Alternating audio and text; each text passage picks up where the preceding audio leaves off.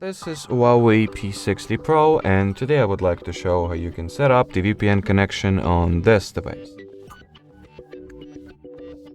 So to start, you will need to launch the app gallery, and then from here download and install the Turbo VPN application.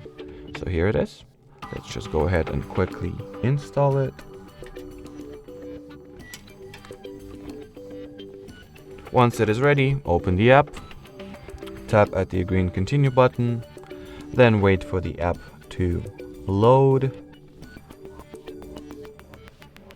From here, in order to finally establish the VPN connection, tap at the caret icon over here, confirm or accept the connection request, then skip the ad, and as you can see by this little key icon or key indicator at the status bar, the VPN was successfully connected to. While at it, you can change the server, country, or even the city that you are connected to in terms of VPN by tapping over here and, well, selecting the preferred server.